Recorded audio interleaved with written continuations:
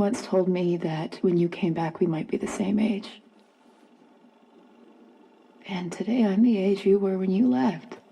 This is the scene that made Interstellar about loss. If it's anything we can't outrun, it's time. And in the end, it's what takes the most from us. Interstellar is one of the greatest pieces of art I've ever seen.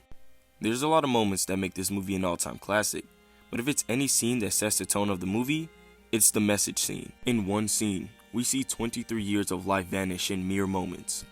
You heard it right, 23 years. In Interstellar, humanity is on the brink of extinction, facing a dying Earth plagued by dust storms and failing crops. Cooper, a former pilot turned farmer, is recruited for a mission to find a new home for humanity. He makes the gut-wrenching decisions to leave his family, his teenage son, Tom, and his younger daughter, Murph, to embark on this mission, promising them that he will return.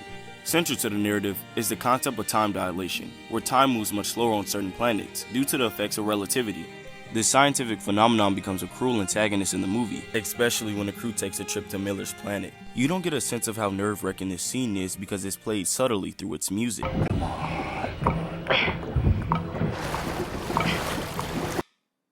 In the background music, you hear ticks, and each tick represents one day back on Earth, and 1 hour is equivalent to 7 years. To put this in further perspective, Interstellar came out October 26 of 2014.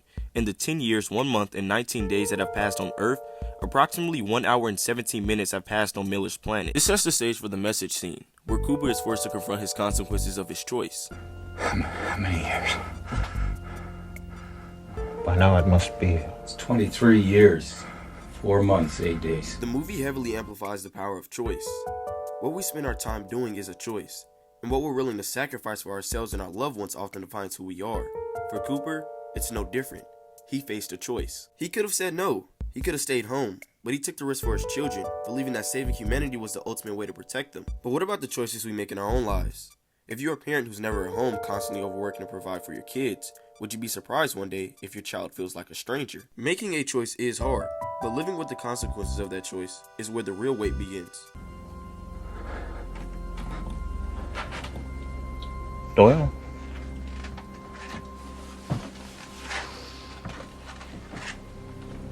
For the rest of the scene, Matthew McConaughey's character only says 4 words, How many years? making the rest of the scene a silent descent to madness. We've got years of messages stored. Cooper. Of course, after returning, they immediately ask about their loved ones. But what really ties this in is the music that's playing in the background that's probably going to get me copyrighted. You see, the Interstellar theme, made by Hans Zimmer, was to convey the themes of isolation and the human connection. And the process of composing this piece of art has a beautiful story wrapped behind it. If he were to write something, just write me a letter with just a metaphorical story, it had nothing to do with the movie, and he would never tell me what the movie was about, would I give him a day and just write whatever came to me? You know, So you would reading compose things. based Yeah. not on the script. No, just not on this, you know, this and idea. So this letter arrived, and there's this beautiful story about what it meant to be a father. So yeah, I spent a day writing, and I phoned his house at about 10 o'clock at night on Sunday. His wife answered. I said, Emma, you know, I've done it. Do you want me to send it over? She goes, oh, Chris is curiously antsy. He's like pacing up and down. Do you mind if he comes over? So he came over and he sat down on the couch, and I said, okay, I'll play it to you. And I played him this fragile little piece that I'd written about my son, really, you know, really to my son. And I get to the end of it, and I'm going, so what do you think? He goes, well, I better make the movie then. I'm going, what is the movie? And he started talking about space and huge and epic and all this, and then finally I'm going, stop, you know, stop. Yeah. I've written this tiny, tiny little thing. You know, this really fragile, personal thing. And he goes, yeah, I know where the heart of the movie is now. And the lost connection of fatherhood is heavily displayed, as each of Cooper's kids describe what he's missed so far. Hey, Dad. Checking in, saying hi. Finished second in school. It's currently still giving me C, so pulled me down, but yeah, second's not bad. Grandpa attended the ceremony. Oh, I met another girl, Dad. I really think this is the one. Name's Lois. Start right there. I muted the background audio because I wanted you to pay attention to Matthew McConaughey's faces. On top of that, I really like the use of strobe lights in this scene. It's like with each time the light goes past, you can see a change of his emotion. But better yet, you can see the memories that he was supposed to spend with his child literally flash before his eyes. Hey, Dad. Look at this. Your grandpa. His name's Jesse. I kind of wanted to call him Coop, but Lois says, maybe next time. Matthew McConaughey's acting was really put to the test in this scene. Just by being able to relay so much emotion, the quickness of his emotions are just as quick as the turn of events on screen. Her grandpa died last week. We buried him out in the back 40 next to Mom and Jesse, which is where we would have buried you if you'd ever come back. Realizing that you can see the sparkle being lost in his eyes as his old connections start to pass away, and that his current connection with his son is also fading is just so sickening. Lois says that I have to let you go, and so I guess I'm letting you go. Tom's words are both heartbreaking and freeing. I think we watched him go through the 5 stages of grief, and now he's on acceptance. By letting go, he's acknowledged that his father is gone in all the ways that matter. It's not just about physical absence, it's the emotional void left by decades of separation, and you can tell this shatters Cooper.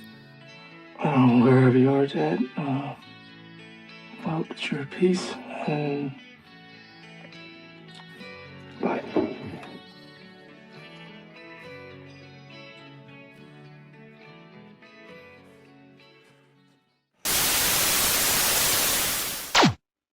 The silence is loud, and his face revealed the unbearable truth. He didn't know if this was his final message, his last thread connecting him to his past. Yet sometimes, even in our darkest moments, miracles have a way of finding their light.